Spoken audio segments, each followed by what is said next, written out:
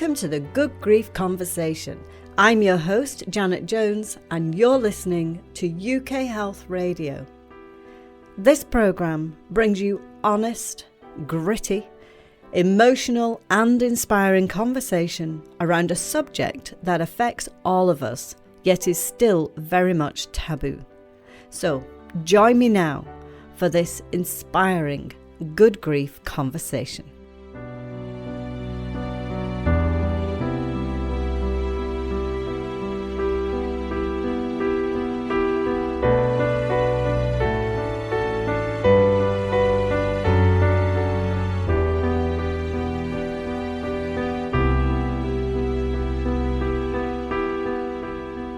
Today's guest is back for the second time.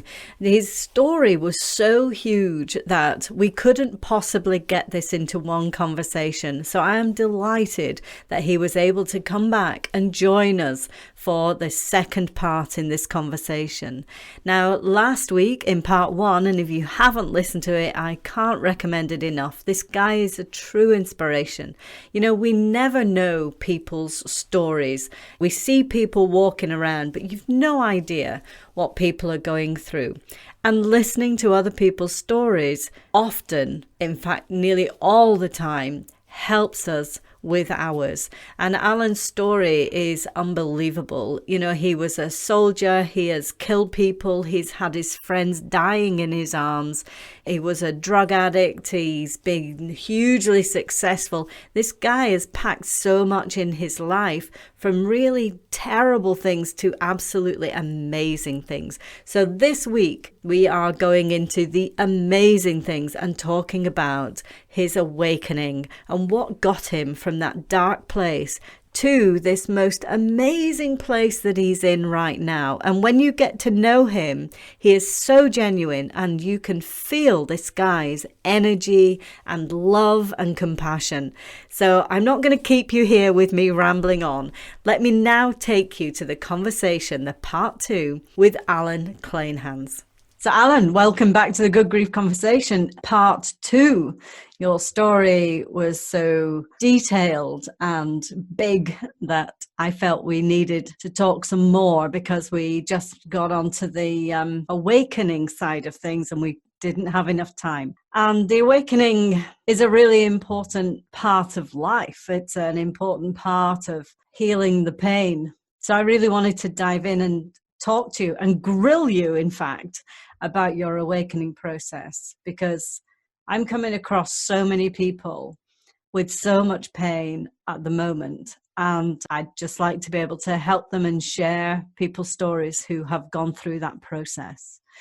So if we can just recap quickly what your story was for any new listeners, and then we can go into the awakening side. Yeah, sure. Thank you, Janet, for bringing me back to your show.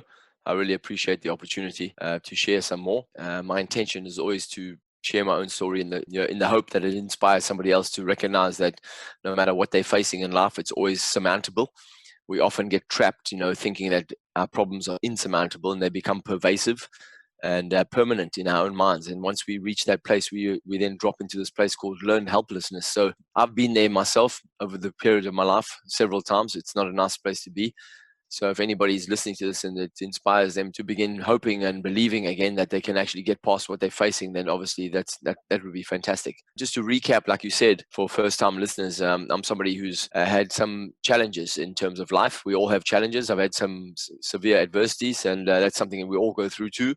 I always talk about varying degrees of trauma. We always encounter trauma throughout our life. Some of us encounter very subtle, mild trauma.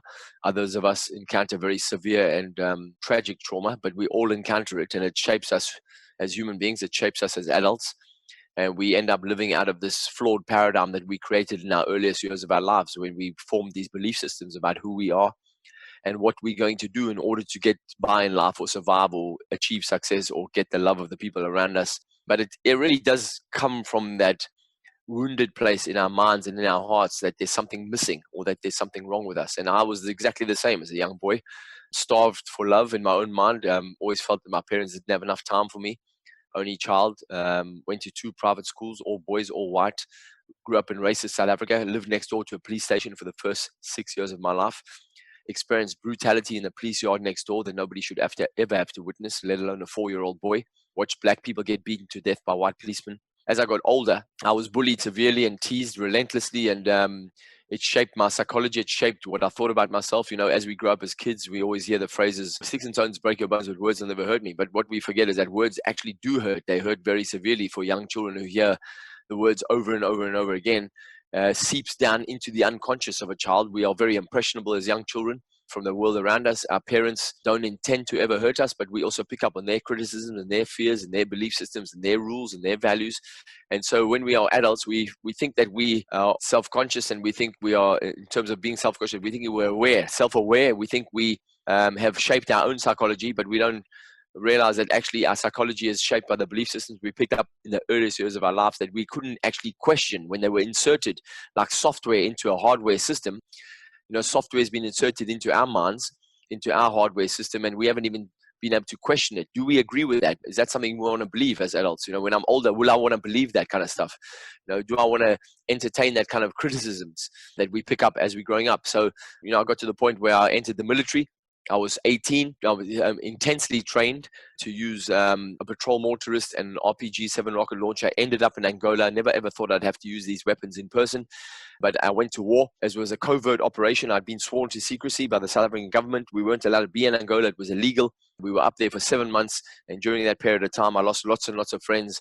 And even more drastically, I had to kill other people, lots of them, using my weapons. And there's something extremely intense about pulling a trigger and watching your target disappear, into pieces. Knowing that they're people as well, it must be horrific. Exactly, knowing that they're people. I mean, I loved people when I was a kid. Children are just naturally loving beings. We're naturally loving as kids.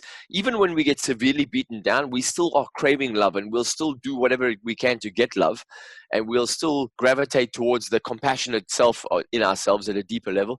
And I was one of those kids too, but by the time I came out of the military, I was severely traumatized, post-traumatic stress, very angry, volatile, very confrontational, very conflicted. Went to 2 Catholic schools.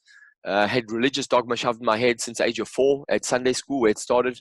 By the time I came out of the military, I was 21 years of age, and I was severely conflicted and demonized. And I believed that that there's no coming back from that. I think it's commandment number 6 actually is thou shalt not kill. It always fascinated me why it was so far down on the list. It really should be like number 1. Well, anyway, whatever you believe, right? I mean, all 10 commandments are designed to inflict. They have value. Yeah, exactly. Yeah. They have their value, but at the same time, those 10 commandments inflicted deep fear in us. I was a God-fearing person because I was taught to fear God. And so, very shortly after I came out of the military, I decided to start studying. I was introduced to personal development and psychology. My very first book was Think and Grow Rich. It blew my mind. And very soon after that, I began to recognize that I was demonized by my own thoughts around religion and God and what I had done in Angola and how that was punishable. And I'd earned the wrath of God. That's what I kept thinking in my mind. I'd earned the wrath of God, and I began to fear death. I mean, even in the military, I didn't really fear death. What I feared was coming home without my buddies. And when I came home without my buddies, I was a lot of anger there too, a lot of guilt around that. I mean, why did I survive and my best friends died? And that kind of guilt and shame really torments military veterans, and that's why they take their own lives, because they don't feel that their life is not worth living if their buddies didn't come home. And so that didn't really scare me. What scared me was that I'd done that, and that ultimately, because of what I learned as a kid at school and Sunday school and through those Catholic schooling system, very severe religious dogma, and that's what prompted my decision to start studying religion. And it was many, many years later, after studying personal development and psychology and performance and success and achievement and sales and all that kind of stuff, that I came to the point where I had this amazing experience in Hawaii. I think I told you that last time, where I had this encounter with a turtle. I was asking for forgiveness from God and the soldiers I killed. I really felt that was allowed me in that moment when I met that turtle. That turtle popped out of the water, this turtle, and it was like a sign from the universe, like, listen, we've heard your prayer, let that go. Forgive yourself. We've forgiven you. Now, it was an extremely powerful moment. And then it was after that I was introduced to Neil Donald Walsh, Conversation with God. There was somebody in the audience that heard about my experience of the turtle the night before. He came up to me. He said, listen, I have a message for you. have you heard of Neil Donald Walsh, Conversations with God, book 1, 2, 3? I said, no, I haven't. He said, well, this trilogy is something that you must read. This is the message I've been asked to give you. I didn't question where the message came from. I kind of got a feeling. I'd already studied physics by that stage, consciousness. I was already studying philosophy, and I kind of knew that there was always a higher power. There was always an energy that flowed through us and to us. I didn't believe in the religious dogma of my youth that had been fed into my brain over and over. I believed that God was an energy. Yeah. And you tend to sense that. You were just saying like you didn't question that. And I would imagine that when that happened, you had this energetic sense around you that I guess you could call intuition, that you're like, yes, I know that is for me. There's a knowing in these things, isn't there? Yes, exactly. Yeah, that's very true, Janet, because I remember when I was sitting but near the waterfall only several hours before that moment, that man, Kevin Beach, who lives in Norfolk, came up to me and said, have you heard of these books? Have you heard of these author? Several hours before that, I was sitting at that waterfall, praying and saying, God, please, I'd like to ask for forgiveness so I can really accelerate my own healing. And at that moment, the place started vibrating. My senses got sharper. The turtle popped out of the water, looked at me for 3 to 5 seconds. We had this connection, took a breath, disappeared out of the water. I thought, wow, my prayer's been heard. So I had that sensation. Yeah, definitely. That, like you say, that connection to, it's a sixth sense, isn't it? It is, yes. It's a difficult one to explain, isn't it? Unless somebody has experienced it. It's so difficult to explain because words, I often say now, certainly with my experience, words are futile, and really words don't even explain that. Absolutely. I love language, not only talk about English, but I love language. I do love English language because obviously I'm English, but I love English language because I loved English at school. It's my favorite subject, my only subject that I excelled at. I loved Shakespeare. I loved reading. I loved books. And obviously, naturally, when I began to read about personal development and psychology, I just absorbed them like a sponge. And I love reading. I love vocabulary. I love the meaning behind words. I love how most of our language is derived from Latin and Greek. And, and when you look at the original meanings of a lot of those words, it's mind-blowing, and how everything is actually so synchronistically woven together in perfection. But like you say, that sixth sense is very hard to understand. Language is very difficult to describe it because words are insufficient. However, all of us have that ability, and intuition is something that we all need to develop if we want to live a fulfilling life. I was talking about this morning, funny enough, Janet. Right this morning, I was on a call with a lady from India. Her name is David Dwaba. She runs an orphanage out there, an American lady who's been out there, living out there for a long time, running a charity. Her and I were talking about grace because we are both speakers on a workshop coming up, which is all about grace and what is grace. And we were asked to give our own definitions of grace. And just like you just said now, it's that sixth sense. It's like part of us that's connected to everything. It's the part of us that actually makes life function. We can't we can't do life without grace. Life doesn't exist without grace. We can be, outcome focused, driven, high performance individuals with strategies, processes, systems and functions, etc., etc. However, all of that only happens if grace is present. And so that moment of grace with that turtle, and then that moment of grace with Kevin Beach when he came up to me, he said, listen, you must read these books. And I just trusted his message, and I bought them on the way back from Hawaii at LAX airport in Los Angeles, and I began to read them. I couldn't put them down. That was my introduction to spiritual psychology, and then everything just escalated from there and accelerated, and I began to have my own spiritual awakening, which was amazing. And it's just been accelerating ever since. And it's been beautiful because I've been able to then take what I'd learned and really begin to organically, create something which I deliver now, my own 3-day workshop, which I deliver online at the moment in the form of 2 days. Next year, when we deliver it offline again for the first time, it'll be 4 days. And it is all about that. It's called Awaken. I've got a private group on Facebook called The Awakened Soul. People say, well, what is an awakened soul? And I always say the same thing. I say it's simply somebody who's come home to their heart and is living from their highest truth and recognizing that they are energetic, spiritual being having a temporary human experience, and their only function here is to love and be compassionate and be kind. Yeah. Now, just going from there, because that has taken you many years to get to that position, and it is very high level thinking and being. And also just nipping back to the grace, discussing grace, in a way, I don't know if it is impossible or just difficult to actually have the sense of grace without having gone through a very challenging time in your life. Grace seems to show up when you feel your life is falling apart. Would you agree? Yes, absolutely. It's when you get to that point in your life when there's nothing left except grace. When you've lost everything except grace, and you can never lose grace, you can never lose touch with your true self, you can never lose your connection with God or the universe or whatever you want to call it. Energy, source, infinite power, a higher power, Allah, Krishna, Buddha, doesn't matter, Tao. It's all the same. It's all the same thing. And what's fascinating about people when they get stuck into religion, and I've got a friend of mine who's heavily indoctrinated by the Christian faith, to the point where anything that he doesn't believe is good, he calls Satan, which is just a lot of bollocks. It's all about fear. But really what people forget is that religion was created because man was superstitious about anything that made him feel fearful. And if you think about the average superstitions that we all carry around, don't walk under a ladder, be careful of black cats, crossing your path, don't open an umbrella indoors, don't put shoes on the table.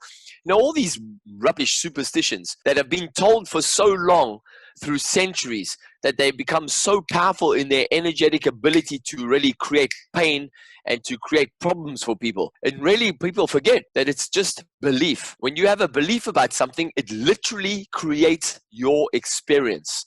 It literally unfolds around you because you are a hologram projecting your belief system onto the world around you. So as soon as you change your belief system... Yeah, it actually changes your brain as well, doesn't it? Of course it does. So your belief actually has a physiological effect on you. Absolutely. And as does all of our experiences, has that physiological experience with us. So this journey that you went on to your awakening stage, which is clearly where you are at right now, because I am a member of your Awakened Soul group, and it is incredible, and your following is just amazing, and you just hear people's stories and messages and you think, yes, this is a very powerful message.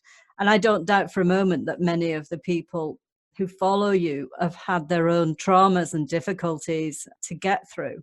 Now, obviously, the people who listen to me and who connect with me are going through those challenges too. But because I'm on my journey through my challenge, that's when I like to bring people like yourself in to have this conversation. So the part of this conversation is, what are the steps? Because to go from zero to hero is just too big. I have a bereaved parents group, and today, I heard a message from one of my members, just so sad. And I just thought, how do you get from this really, completely broken place? Where do you start by putting those pieces back together? And I know there's the system that people talk about with grief. You go in denial and your depression and your anger, and you go, yeah, that's fine. But what's the deeper stuff of the steps you can take? That's what I really want to dig down to. That's a great question. And, just while I've been listening to you talk about that, I've been just going back and I'm just thinking about what was life like when I was at the darkest times of my life, and what was I trying to do? What was my intention each and every day? And really many times my intention each and every day, really my goal was just to get through the day. A lot of the time it was just get through the next hour. It's interesting that you say the type of people that my message is attracting now. I mean, I've worked with Springbok rugby players. I've worked with the Natal Sharks rugby team in South Africa. I've worked with all the biggest banks in the world. I've worked with the military, the police, worked with kids on crack. I worked with women who have been raped. However, now my message seems to be attracting people who they've been through some of the most challenging traumas, and they also are looking for some kind of deeper meaning for those challenges and those traumas. When I think about where I was, going through some of the toughest times, just thinking, okay, cool, how can I get away from the voice in my head? A lot of the time that was my drive. Like, how can I shut this voice up in my head? That's when people start thinking about suicide. And I mean, I was suicidal for a long time. Substance abuse for 18 years. The last 5, 6, 7 years of the 90s for me were the worst times of my life, in spite of the fact that on the surface level I looked like I had it down, right? I had it, I was riding a nice beautiful motorcycle, brand new, 10,000 pounds worth of machinery, which I bought cash. I was working at Credit Suisse. I went from Credit Suisse to Citibank. I was in IT. I was making £25 an hour. I was working 7 days a week, every hour of overtime I could get. So I was making good money, but I was broke, living on my friend's couch, and broke in every sense of the word, spiritually, emotionally, physically, mentally, financially, just hating life, suicidal, contemplating suicide every day. Okay, today's the day I'm going to do it, right? I'm just need to get out of this pain. But then luckily, obviously, because I was fortunate, I guess, because I was introduced to the subject of psychology so many years before that. By that stage, 1999, when I went to the Tony Robbins workshop that I spoke about in the first interview you and I did. And again, that was grace for me. I mean, I was led to that workshop. I had to borrow money to get there. There were so many things that nearly didn't happen, but yet I found myself there. And then I found myself having a one-on-one conversation with Tony in front of 1,500 people. And that was a moment of grace too, when I had that first experience of being unconditionally loved by another human being, a complete stranger who just poured his love into me and helped me to have a look at myself from a different set of eyes. That had to be all grace. But, just thinking about it, what led me there, and all the moments of darkness when I thought, okay, today's the day, I'm just going to go and jump onto that train. I just got to get I can't get away from this voice in my head, this feeling in my body, this like depression, this heavy, lethargic feeling. I had to drag myself out of bed and then have a line of cocaine just to wake myself up so I could get to work in the morning. Yeah. I think to answer that question, if people are in a dark place like that, what I say to addicts all the time, I work with addicts a lot. I'm working with a lot of people in recovery. I've actually just recently, just on this workshop we just did this past weekend, Awaken Online, we had 106 people from 15 countries coming in online on all different time zones. We had a bunch of people who were in recovery. What I say to all these people, no matter what trauma you're going through, no matter what pain you're trying to get away from or what you're trying to heal, you just got to get through the next hour. It's 1 hour at a time, 1 day at a time. And that phrase, 1 day at a time, that hashtag, 1 day at a time, ODAAT, is a popular hashtag amongst people in recovery. 1 day at a time. You just got to get through this day. And I used to just say, how can I get through this next hour? And then what I would do is I would pick up a book. So to answer that question is, what can people do when they're in the darkest times and it's Monday and they think, oh my God, how am I going to get through this week? It's like, ask yourself, what can I do right now to just get through the next hour? And what I would do is I would pick up a book. I was an avid reader. I was a voracious sponge for knowledge, and I was just reading everything I could get my hands on. I'm busy writing one. I've just been published in a book called Where's My Lemonade? 17 authors, inspirational stories to get through the toughest times of your life. To answer that question, it's a great question. What can people do right now? What you can do right now, no matter who you are, wherever you are sitting, listening to this conversation, no matter what you're facing right now, let me just remind you of something. You are much bigger than life.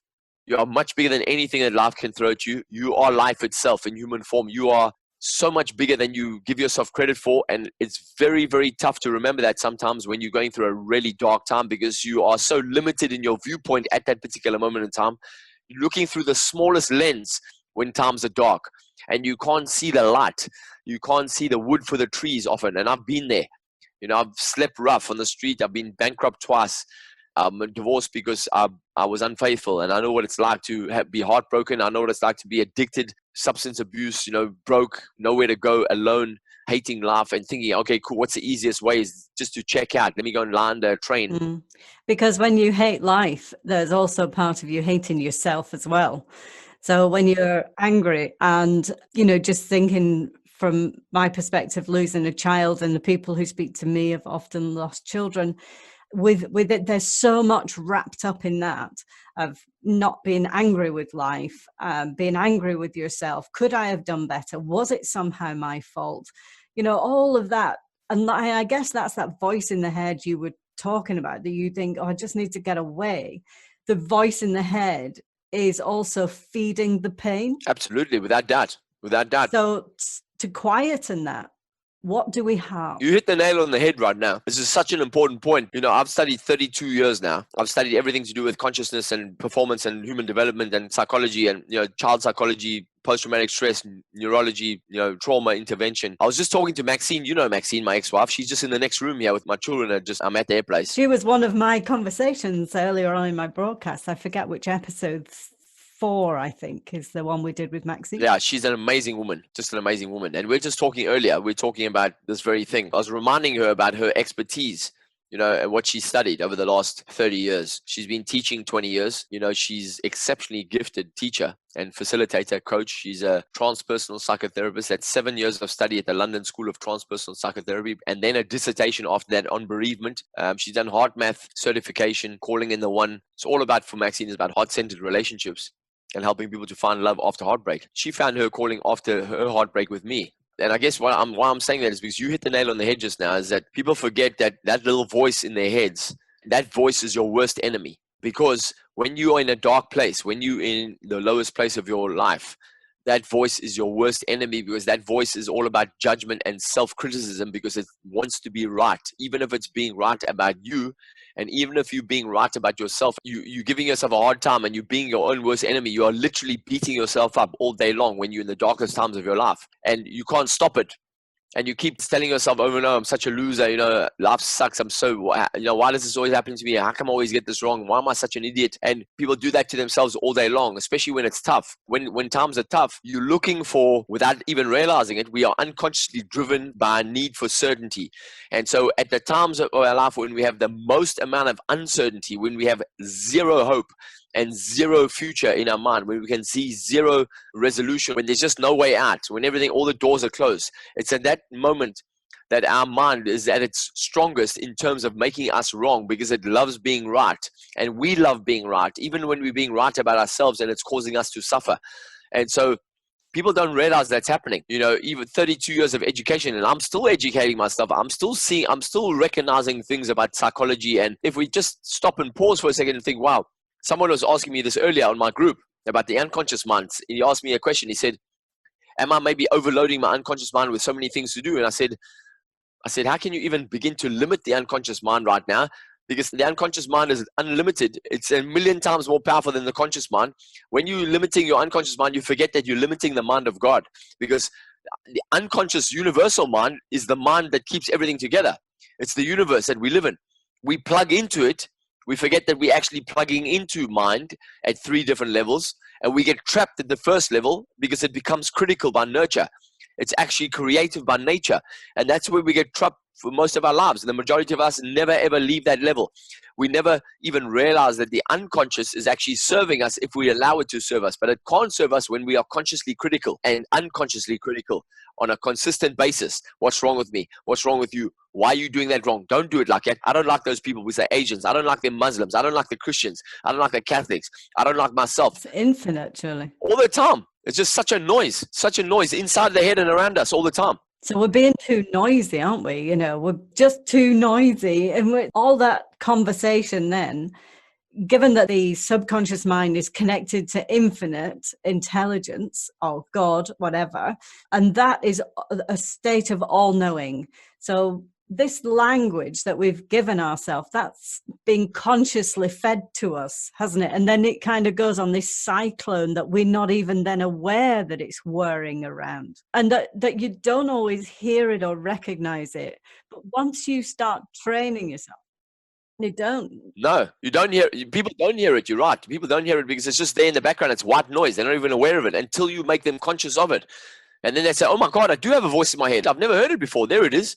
That's right. And once you then become aware of that, then you can take charge of that voice.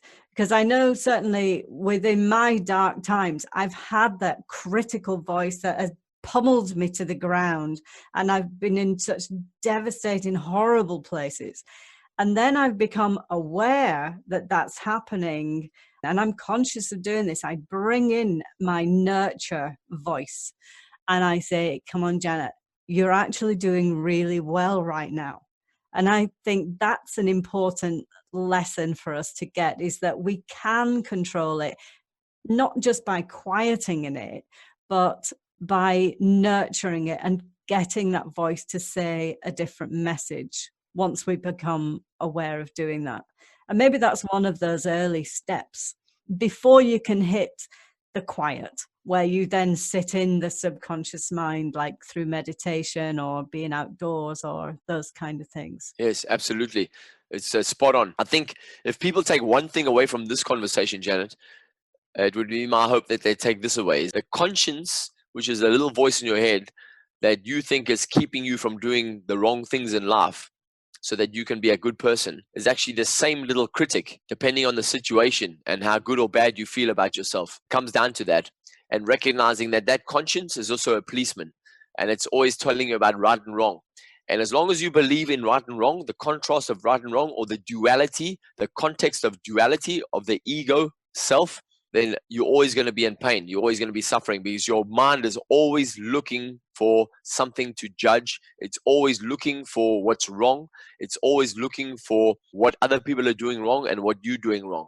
And so as long as you have that concept of right and wrong, you're going to suffer, because there is no right and wrong. There just is what's unfolding. And if you label it, you are immediately putting yourself in one camp, in one box. That means there must be another box, the place that you are not. As soon as you label something, you now are in the opposite of what you don't like, whether you like it or not. So it's really recognizing that we are our own worst enemies. And we also are the salvation and the solution that we are looking for outside of ourselves. And I tell people all the time, don't look for gurus, be one. Be your own guru, because guru simply means dispel the darkness. That's where it comes from. It comes from Sanskrit, and the meaning of guru is to dispel the darkness. And the way we dispel the darkness is we bring light to the space. We bring light to ourselves. We become enlightened about the way we think, the way we speak, what we focus on, who we hang around with, what we're allowing into our minds, what we watch on TV, what conversations we buy into, who we're listening to on social media. If we become enlightened about all of that stuff, suddenly we'll realize that we're being affected and conditioned and molded and programmed by our environment. And it's 97% negative. What is a simple way to bring light? Again, if somebody has just had some heartbreaking news, some real suffering going on, what can they do to bring light to their darkness? Well, the first and most important thing is just to be kind to yourself. Just practice kindness with yourself and practice it with other people. Actively practice kindness. Go out of your way to be kind to yourself. Go out of your way to be kind to other people. When you go out of your way to be kind to yourself and other people, and you start making it a habit, what you'll see is you'll start noticing very quickly the positive and powerful impact of that, the positive and powerful ripple effect of that. Another way of saying that is just be compassionate to yourself. Have more compassion for yourself. Active compassion. Compassion doesn't show up until you are active in the process of it. Kindness doesn't show up until you are actively practicing it. Love doesn't show up until you are actively practicing it. These are all verbs. These are verbs. Yes, you can't just sit and wait for it to happen. No, these are verbs. You have to do them. Take an action. It's like throwing that pebble in the water, isn't it? By doing them, you become the being of them, because we are beings. We are human beings. However, we have to also do things in order to remember that we're beings. We have to build the muscle. Because we're energy. Exactly. Yeah. But we're energy as well. So you've got to get that energy circulating. Got to get it rolling. And we're always producing. It's not like I have to now make an effort to create the energy. Actually, we're always creating energy around us. Sometimes it's dark energy and we don't want the dark energy. It's not helping. And I guess this is part of the nurturing and the journey into the light, because you don't want to go from darkness to bright light, because you would get lost, wouldn't you? You'd kind of think, oh my God, now I don't know what to do in the light. Sorry to interrupt you, Janet. You also have to remember, the thing that scares people the most, just like Marianne Williamson said, right? In her beautiful poem, Nelson Mandela used that at his inauguration when he became president of South Africa. When he quoted Marianne Williamson, everyone thought it was Nelson Mandela's quote. It's actually not. It's Marianne Williamson's quote. And she said, what we're really afraid of is our light. And, you know, that beautiful few lines where she said, we think to ourselves, who am I to be talented, gorgeous, and beautiful? You know, that's what we think to ourselves. You see, intrinsically, we know that our light is so powerful that it actually creates enemies. And if we look at people who have walked this path before us, this enlightened path, and we are all enlightened masters, we have just forgotten. Michael Hutchence, the great lead singer of NXS, who unfortunately took his own life because he was so wounded, and he also had a bad fall and fell on his head, and something shifted inside his brain after that, and he got to the point where he was so unhappy he took his own life. But he sang in his song, didn't he? He said, we all have wings, just some of us don't know why. We are all angels. We are all enlightened masters. However, we have to walk through darkness to get to the place where we recognize the light inside of us. And we walk through the darkness in order to bring ourselves back to our own realization that actually what we're looking for is already inside of us. Which is the truth also. The truth, yeah, and there's only one absolute truth. It's called love. And love is compassionate action, right? Compassion is love in action. That's what compassion means, love in action. So we have to do compassion, and we have to do love. We have to do kindness. But ultimately, coming back to what people are really terrified of is like, if they do stand up and share their truth, they are so worried about the reaction they're going to get from the world around them. And then they remember the reaction that people like Jesus, Buddha, Gandhi, John Lennon, Martin Luther King, everybody who stood up for their own truth and spoke of love and spoke of light and spoke of compassion and spoke of injustice and spoke of inequality and racial division, etc. And what did all those people get? A bullet or nails on their hands and in their feet and crucified. And so that's what terrifies us. That's what the human race does. Man has always done that.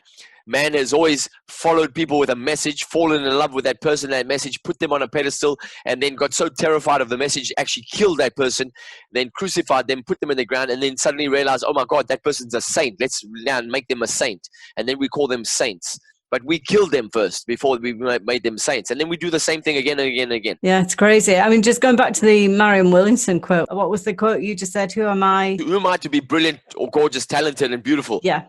And I think there's a similar question that is probably not quite so vocal, but at times of suffering and loss, that I do think that somewhere inside, when you know you're going to be alive for a very long time, you don't really want to live in this pain. But I do think that there's a question inside the head or the heart, whichever, that says, who am I to ever be happy again? Who am I to deserve to laugh when my child can't laugh? But that can't be the truth. But that's just ego, Janet. That's just the ego mind. Do you think it also might come from the pressures of society and what is potentially expected of us to behave in a certain way? That Absolutely. If you are looking like you're completely embracing life, comes from guilt.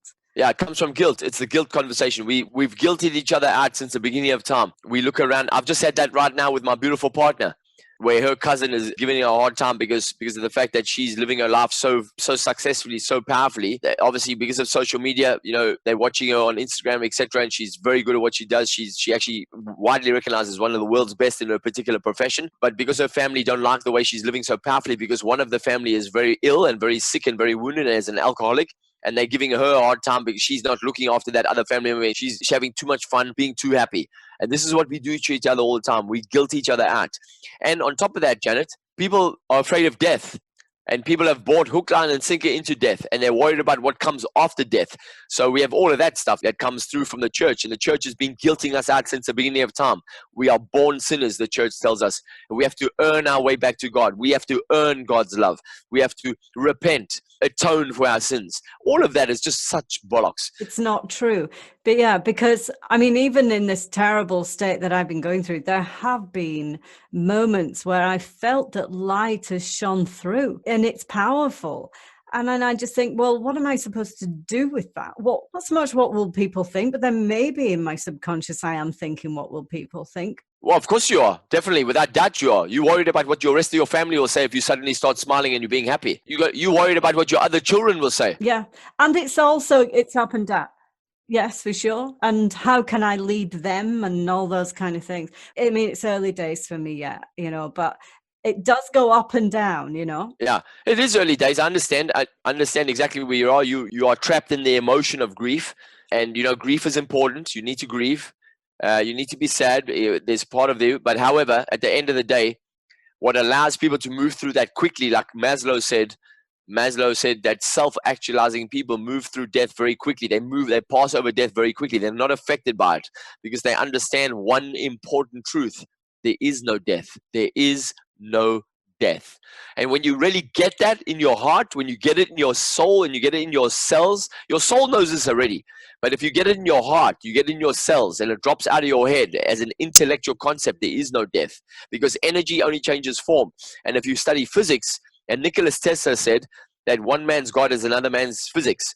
So energy just changes form. That's what physics is. If you study quantum physics, you know that nothing ever ends, nothing ever begins. Everything is just always constant. It's constantly in motion. All energy is constantly in motion. It never ends. It never begins. It's never been created. It can never be destroyed. It just is. So therefore, death does not exist. There is just merely a passing from the seen to the unseen. That's beautiful. Yes. Yeah. From the physical to the metaphysical. And then again, from the metaphysical back to the physical, from the unseen back to the seen. That's the nature of life. It's a circle. So when you really get that in your heart and in your cells, your grief, gone. disappeared. And that is really beautiful. And that is something that comes in time to really, really get that message. And then you've got the soul connection. The energy of your soul connects to the energy of the soul of the person who you've lost. Absolutely. In those early stages. And I'm guessing that over time this still shows up, but it's the physical loss, isn't it? It's physically with your eyes, not seeing those people. And that's the thing that we hold on to, losing that aspect of life rather than seeing that transform into this beauty of the soul. Can I say something about that? Because you just used the word twice and you used another word once, and then you said something beautiful. And if I just pick up on that. So you said loss, the physical loss, and you emphasized that, the physical loss. And immediately in that moment, you had a chemical reaction in your body. And then you said losing twice. You said it's losing that. And then you said something beautiful. You said when you come to the transformation into the soul's awareness, there is no loss. This is the biggest challenge we face as human beings. There is no such thing as loss. That's a terrible word. You cannot lose anything. Nothing is ever missing. Ever. Nothing is missing.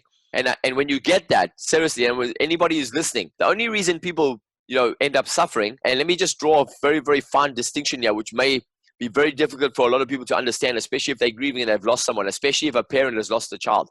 I've got a lot of friends who have lost children. I told you, Janet, one of my friends in South Africa lost 2 children in the same swimming pool, years apart. They both drowned in the same pool. And then, people get into all kinds of judgment. Well, how could he let that happen? How could they drown, a second child drown in the same pool? Let go of any judgment. What you need to understand is there's nothing missing, nothing wrong. This is an energetic, spiritual world that we live in. And the earth is a spiritual domain. It's an energetic domain. It may seem real, it may seem physical, and it is physical on one level. However, it's metaphysical in its construction. Now, what that means is that we've come here to have spiritual lessons as human beings. And so the greatest lesson that we've come to remind ourselves of in the contrast and in the physical experience of ourselves as a human is that nothing is missing.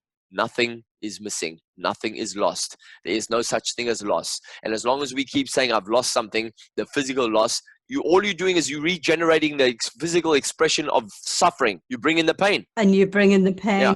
Yes. Yeah, that makes perfect sense. And when you can let that go, the pain is gone instantly, because now what's left, think about it like this.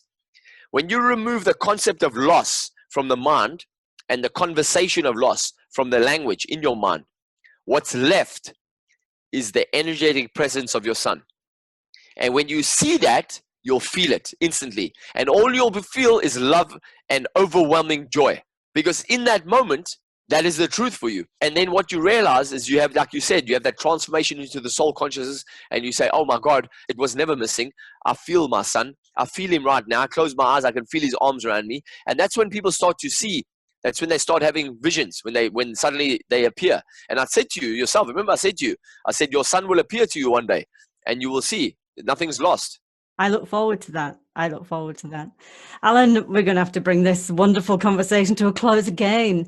Fantastic. I think, you're going to have to come back. I don't mind coming back a third time. I'm happy to. We'll just keep talking. Look, the Good Grief conversation is going on for a long time, but this has been really enlightening and a wonderful, juicy, emotional conversation. I've loved it. Thank you so much. Janet, thank you so much. It's been a pleasure being with you, my friend. Wow. That was such an enlightening conversation. I kind of, towards the end there, it blew my mind a little bit.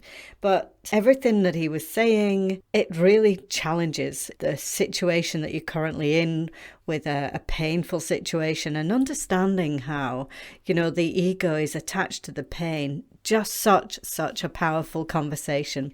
If you would like to connect with Allan, I'd firstly recommend his Facebook group that he was talking about, The Awakened Souls. If you just go into Facebook, you can search for that and you'll find that. Lots of meditation and really beautiful things on there.